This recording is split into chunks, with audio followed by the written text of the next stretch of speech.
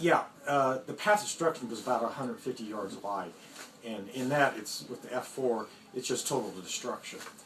Once you get a little bit on either side of it, then things very quickly heal up. Mm-hmm. Like Friday night, the two Red Cross designated shelters are one of the church camps up north here, Okay. and then Charlestown High School, which is right next door to where I live at the other parish. And I know Friday night they had 50 people up there, was my understanding, at the church camp. When I stopped by at midnight on Friday at Charlestown, there were only a few. So at least Friday night, the vast majority of people were finding home with relatives, neighbors. One advantage of being a very rural area is that you know everybody. Yeah.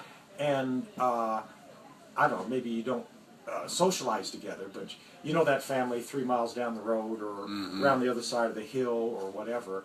And when something like this happens, you don't hesitate to open your house up to them. Sure. It's not like in the city where you might not know the person 2 doors away or the apartment above. But you wonder how long that can last. I mean, some families living Right. together for, when this gets to be months and months, it's Yeah. going to be a real strain. That's when, the need, critical need for housing, I think, will come along. You hope that FEMA is able to step in and provide the trailers and those sorts of things. So people don't have to leave the community, which is That's right. critical. They That's right. want to stay here. So what I've been telling people is to go on our website, St. Michael, stfrancis.com. That's St. Michael, St. Francis. Okay. There's wish list there. There's access to email me at the parish. Email us with what you're able to offer. Then we're getting people to print that out. It's on the email program. We can consolidate all of that in a hard copy form and have people go through and begin to identify what our resources are, and then over the long haul, 2, 3, 4 weeks, maybe even, like you say, maybe someone is able to stay somewhere for a month, Yeah. and then it gets old, and then at that point, okay, this church or this person was able to maybe offer help at that time, then maybe we can shuffle someone to there, direct them to that source. Well, one of the problems you probably have in a rural town like in an area like this too, you don't have a lot of rental stock. You don't have apartment buildings, and Right. places for people to rent right now. That's right. That's yeah. right. That's why I'm curious if they'll bring in some FEMA trailers, because I would hope so, Yeah. particularly for the rural area, because if your house is gone, it's gone. And was FEMA meeting here today? I thought Jane had told me that. I think that may be. My first sense of that was Saturday. Someone came around and, what happened here? What's the adding up the dollars and cents towards what, 500 million or whatever it is. Yeah. And then another group came around on Sunday, asking questions about inclusiveness, and essentially came down to the IRS, for instance, over at the other place. Each year wants to have an ITIN workshop, which is the equivalent of Social Security number, but it's for undocumented people.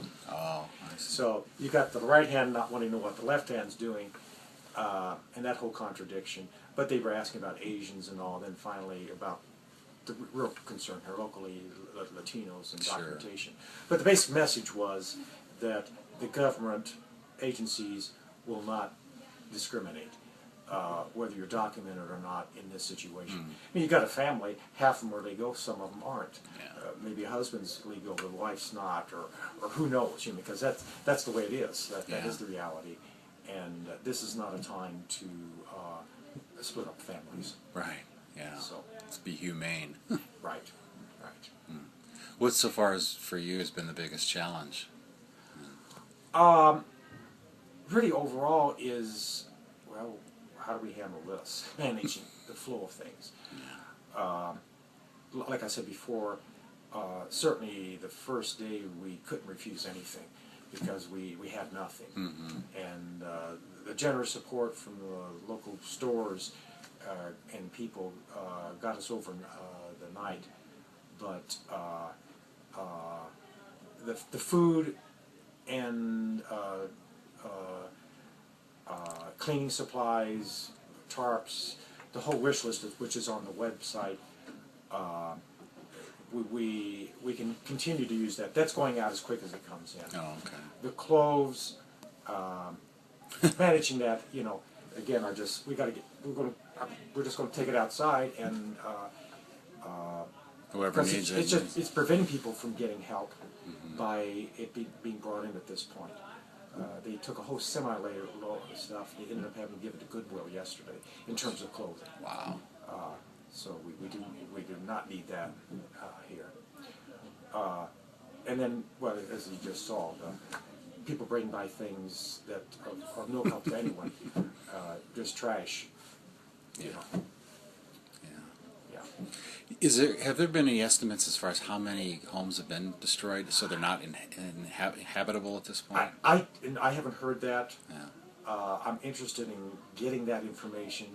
I'm interested in getting the list of those who have died, not just here, but throughout Indiana and Kentucky, because as a place of prayer, I think we need to identify those names and put them on our list of prayer. We were fortunate none in our own parish died.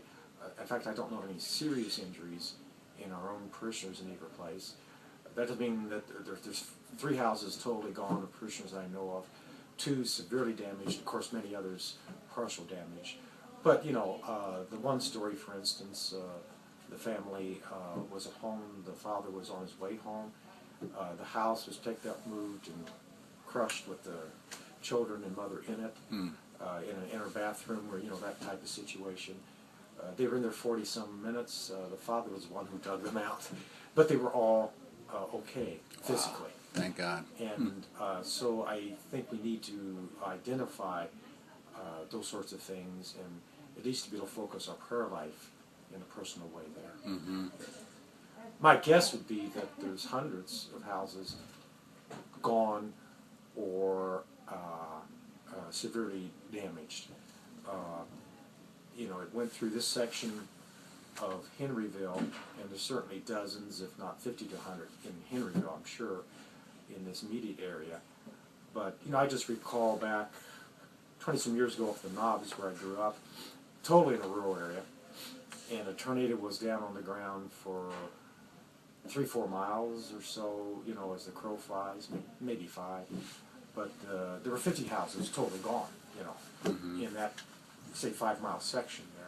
So here, coming through town in some subdivision type places, because there's got to be, in the area as a whole, well above 100. Well, this tornado stayed on the ground for quite some time. 50, 60 miles. Wow. At least a series of tornadoes. Yeah. And maybe this specific F4 one was on the ground for 50 miles. The path of destruction is very consistent. Although I haven't driven out there, the homes of a person who I know, it follows that line continually. Wow. And where were you when all this I happened? was in Charlestown, the other parish. Both places were getting ready for the fish fries. I was wrapping up some things and was going to get over here before the best judgment on when storms were going to be coming through, which would have been more like 5 o'clock. And so I was preparing to get over here ahead of time to avoid driving in a storm.